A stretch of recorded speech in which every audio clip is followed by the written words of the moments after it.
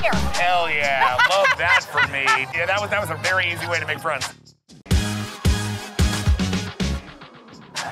It's like, hey, talk to me by yourself with a beer. By the way, I have this beautiful hazy. Thank you so much. Oh, good. I love it.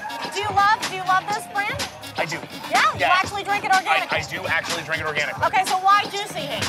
So New Belgium came through with a whole like street festival party in LA once that my wife and I ended up at. Okay. We had a bunch of their beers. It was like a very good time. And like I used to be super into Belgians.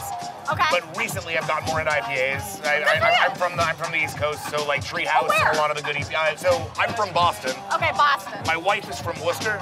We have this place called Treehouse Brewing that invented the hazy IPA. They're like where hazy IPAs was developed. Okay. This place Treehouse. Now they're like one of the biggest beer producers in the country. Okay. But you can only get it in Massachusetts.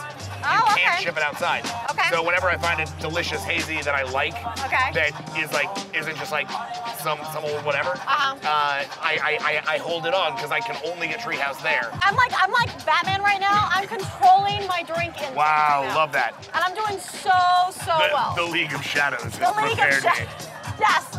I have stealth moves and my drinking techniques. You just adopted the beer. I was born to it. You were born molded by my it, God. shaped by it. I love you so much for saying that.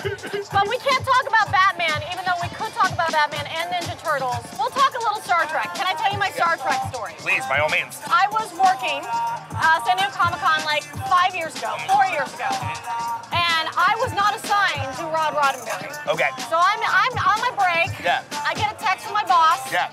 Saying, what are you doing right now? I said, I'm on my lunch break. They're like, Rod Roddenberry's coming up in 5 minutes, go. And I went, who? Because I'm a Star Wars person. Yeah, you had no idea. I had no idea. Yeah. So they're like, do a quick Google. And I read in a small little line, he loved Star Wars as a kid and his dad hated it. It's true. So I'm like, I'm gonna take a gamble right now. So he walks in, I'm like, hi, I'm Bevin. I love Star Wars. And he goes, hi, I'm Rod. I also love Star Wars. And I was like, do you wanna talk Star Wars? And he's like, I would love to talk Star Wars. Yep. First 5 minutes of the interview is Rod Roddenberry talking about Star Wars. I've known Rod for a long time. We've done a lot of work with the Roddenberry Company. Collin Kelly and I are the writers of Star Trek in the comic space, so we're kind of knee-deep in Star Trek, right? Yeah. But one of the things you learn about Rod pretty quickly is that most of his life he just thought that he didn't get Star Trek. Yeah. It wasn't his thing.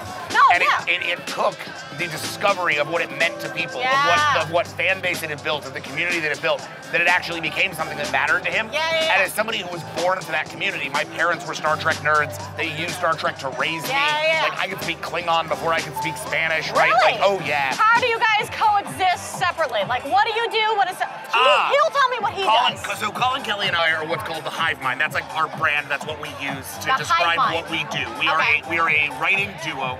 We've been best friends since we were like 18 years old. Aw, that's adorable. We've been working together for a very long time. He was the best man at my wedding. I was the best man at his wedding. Oh, nice. We live like walking distance from one another. Okay. And we have been writing together as like a joint unit, sharing every dollar that we make. Oh, wow. Sharing every byline that we put out for over a decade. Yeah.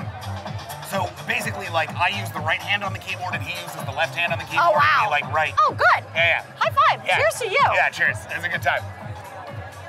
He can't wait. As you can tell, you wait. Your turn is next. Your turn is next. Yeah. Okay, great. Yeah. Well, look, I want to let you enjoy your beer. Well, thank you. I appreciate that. Since I have to talk to half of you, I think you did a great job. He's got a lot to live up for. I know it.